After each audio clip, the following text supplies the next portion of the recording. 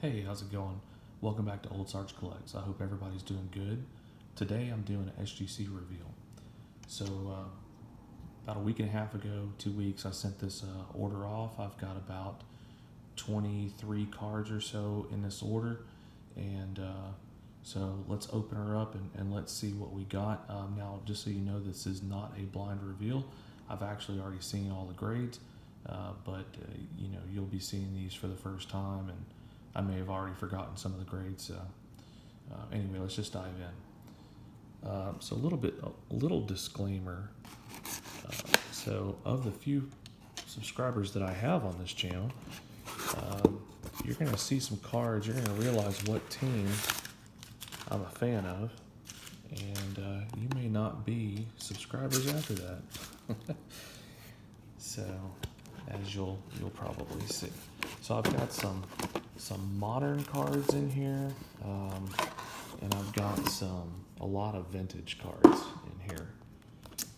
And I prefer vintage cards over modern cards, but my home team, I grew up in Houston, so my home team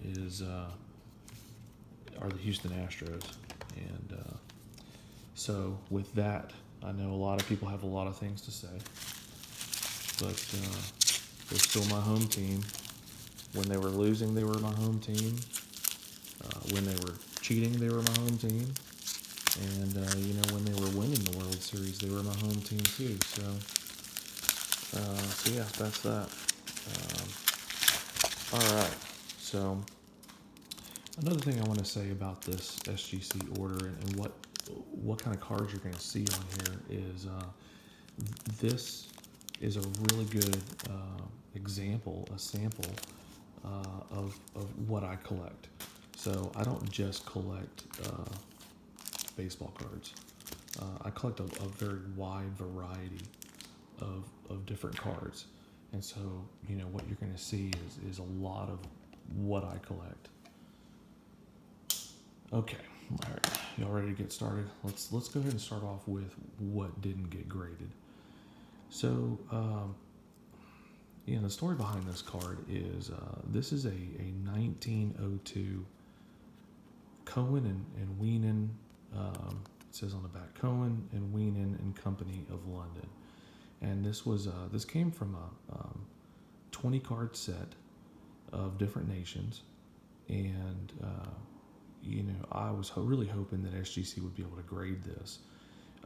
So I reached out when I identified that they weren't going to grade it. I reached out to someone at SGC, and he explained to me that this is not the kind of card that they would grade. I asked why. He didn't have really an answer, but I did go on to PSA Pop Report, and they've only ever graded one of these cards. And so I do believe that this card here in particular is rare. This is the card they had graded at PSA. So I do believe that this card here is rare. You don't see a whole lot of them, and I was disappointed that SGC would not grade it. So maybe in the future, I'm hoping that they will. All right, so let's go ahead and dive into some of these cards over here. All right, so as you can tell, like I said, I'm an Astros fan. This is a 2020 Topps Chrome Black Michael Brantley autographed refractor, 98 out of 150. And as you can see, the auto got a grade of 10 and the card got a grade of 9.5. And the next one is a 2020 Topps Chrome Black Alex Bregman, green refractor, 73 out of 99. And card got a grade of 10, and the auto also got a grade of 10.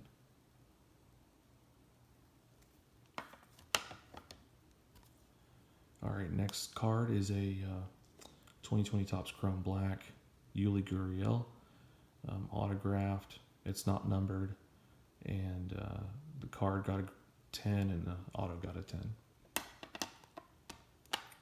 So I have an Astros collection, which is why a lot of these are going to be added to my Astros collection. Okay, so the next one is George Springer, green refractor, 81 out of 99. The auto got a 10, and the card got a 9.5. All right, this is a great card. So this is Kyle Tucker, and it's a 2022 Topps Chrome Black, autographed refractor, 150 out of 150. And the auto got a grade of 10, and so did the card. So I think it looks fantastic. All right, so the next thing that you're going to see is I collect tobacco cards. So this one in particular is an 1887 Allen and Ginter Arms of All Nations card, and this was a 50 card set, and they displayed different weapons of different time frames and different nations. This one just happens to portray American Indians and their tomahawks as their weapon. And the next card is one that I happen to personally pull from a scrapbook. And this is the 1888 Allen and Ginter flags of the states and territories. And the front of it, I think, looks fantastic. Great coloring. The back of it has some staining. You can see where the glue was in the album. So I actually got the whole set, and this was kind of my test run for how these cards were going to grade. I do plan on grading the whole set.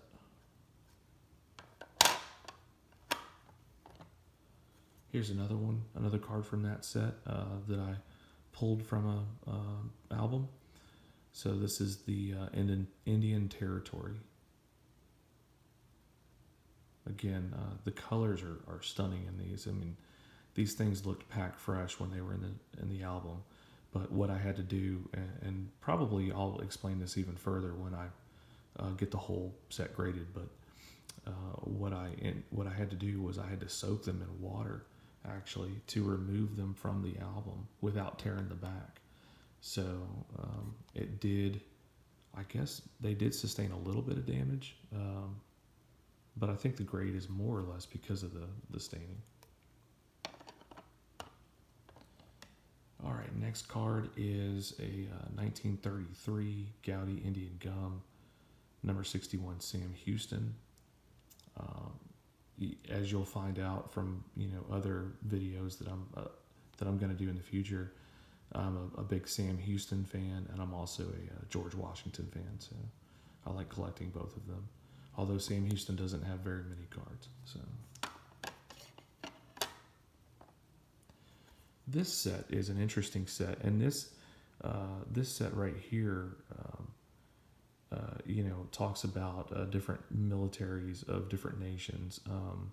And this is a set that Gowdy put out in 1934, so 1 year after the 33 Gowdy set. And these are, of course, a different size than the 33 Gowdy set. If you look at this 33 Gowdy Indian Gum, which is the actual size of a Gowdy baseball card, this set right here is narrower than that set. So this is the Soldier Boys, and you have various different nations represented in this set. So all these are pre-World War II. So you're going to see some cards for basically our enemies during World War II. So this one happens to be Japan. So I collect a lot of military cards, and the reason why I collect a lot of military cards is because of my service in the military. And so I respect these cards. I respect what they represent. And, it also brings back, even though I wasn't in the military during the 1930s, it brings back some memories of, what was it like holding my rifle and being out in the field and, different things like that. So here's a card of a German soldier. Now, it's not very noticeable, but behind him, this flag that's behind him is the old Nazi flag. So,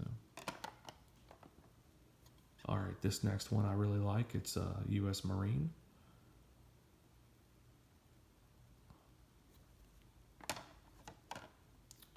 And then this card is a U.S. Admiral.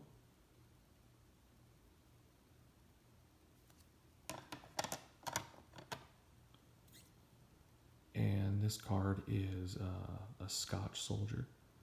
I like that he's got the kilt on. I couldn't imagine going into battle with a kilt. And this card is a Tommy. It says Great Britain, but he's called a Tommy. Yeah, British Tommy. I think that these cards look really good in the SGC slabs. You know, and I'll do another video on this set in particular. But I think these look really good in the SGC slabs. So I don't know if I'm going to get all of them graded. All right, so you know, most of you don't know, but you know now. I am in the middle of collecting the 1934 to 1936 Diamond Stars set, and I actually have about 80% of the set complete. And these next cards coming up, I've got 3 cards in this order that are of this set, and I already know the grades, so I had already previously purchased these cards already pre-graded, and I have higher grades than what I got in this order, so I'm probably going to be selling these cards. But yeah, this one's Lou Riggs. This is actually one of my favorite cards in the set, because you've got Lou Riggs, who's on Cincinnati, and you've got another player sliding in, and you've got the umpire running up, you know, to see if he got the tag. So I really love this set, which is, I'm not really a set builder, but that's the only set that I'm really trying to build. So, all right, so you've got this George Blayholder card, and it unfortunately got a grade of a 1. Now, I can't tell if, and just so you know, this card was in a screw down holder, so it could have been, you know, smushed, or it's got this little pin mark right here. Other than that, I can't really tell why it got a grade of a 1.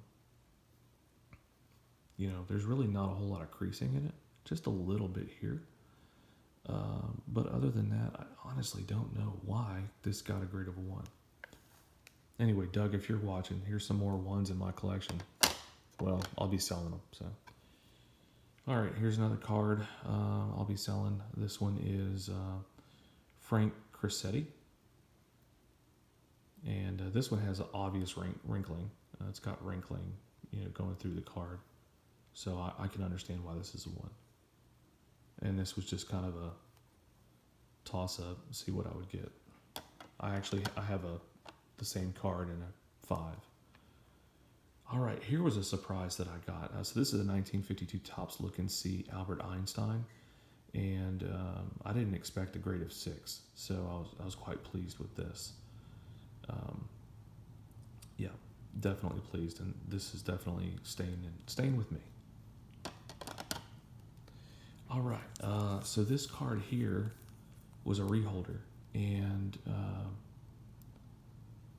this was in a PSA slab, and I sent the whole slab into SGC.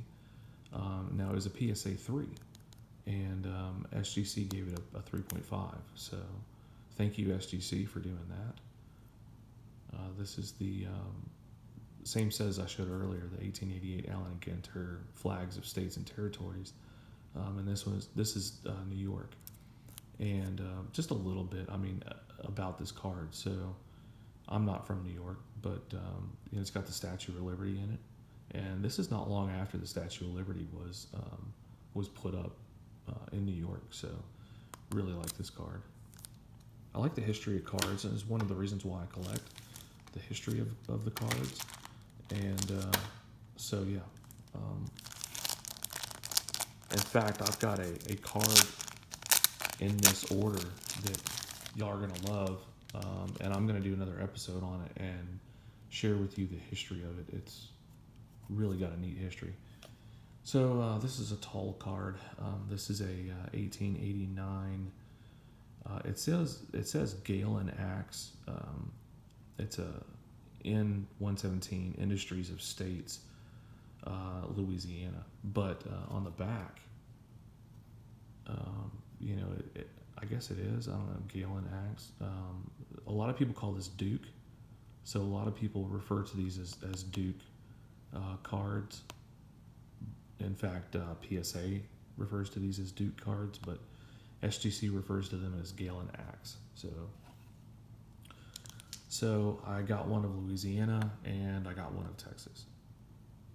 Now the Texas card is a PSA reholder, and it was a PSA 3, and it crossed over to a 3. So I'm happy about that as well. So yeah, I love these cards. Again, I'm from Texas, and I'm living in Louisiana, so I gotta collect both. It's something I love about non-sport cards is that you can collect where you live, and everything kind of hits home. All right, so this I figured would be neat to get graded, and this is the only card. This is the only card in of Reggie Jackson in an Orioles uniform. And this is a 1976 Orioles postcard. It's a blank back. So I just thought I'd throw that in the order and see what it gets.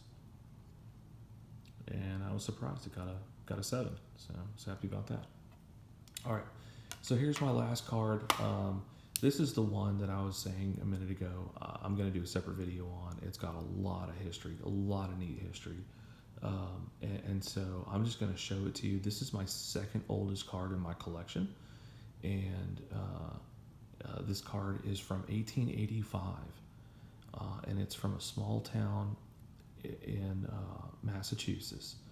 And this small town has a very interesting baseball historical fact about it. But anyway, here's the card. So hope there's not a lot of glare, but again, 1885. SGC is calling it a trade card. It's probably like a cabinet card or a trade card. I think it's a advertisement card is what I would call it, and it's advertising J.J. Foster and Company. J.J. Foster is a combination clothers and hatters. Their address was 75 North Street in Pittsfield, Massachusetts. So I've been doing a lot of research on Pittsfield, Massachusetts, and why they would advertise or use a baseball trade card as advertising. They have a very long history with baseball. And so here it says 27 stores. Its grand opening was on Saturday, September 19th, 1885. J.J. and Foster and Company, a reliable combination of clothers, hatters, and gents' furnitures. There's a new store and new goods and guaranteed low prices. Now there's a little bit of paper loss right here, so I can't read everything, but one thing I want to point out to you, it says, one low price to all are invited, all made welcome and treated equal. And so, again, 75 North Street in Pittsfield, and I looked that up, and that's Pittsfield, Massachusetts. Again, I'm not a very big fan. If anybody's from SGC is watching, look, I understand that, your thinner cards, like maybe this card would need the bag around it. But this card was plenty thick. It didn't need the bag, okay? I would rather not have it in the bag, if you're listening. Anyway, so I love that it's depicting, baseball from the late 1800s. I mean, if you think about it, this is pre-American League. At this time, there was only the National League. And then this 1 year prior to the American League is when this card was put out. So anyway, so I'm going to finish up by asking y'all to leave some comments for me. So here's what I would like for you to leave comments on. The videos that I'm, going forward, the videos that I do, what would you like to see? Do you want to see old tobacco cards? Do you want to see non-sport cards? Do you want to see the Diamond Star cards? Do you want me to start a series on this set? Like I said, I've got about 85% of the set complete. Do you want to see military themed cards? And I've got a lot of military themed cards. A lot of those are tobacco cards too. So it could kind of go hand in hand with the tobacco cards. You know, do you want to see, I don't have much modern, just so y'all know. Y'all saw, seeing this stuff right here is honestly just kind of a fluke for me because I really don't collect modern cards. So, you know, I don't really have a whole lot to show or to share, but I do have a lot of modern Astros cards, if you're interested in that. So, anyway, let me know. Put a comment in the comments. What would you like to see for my next video? Okay. Anyway, thanks for watching, and I'll talk to y'all later.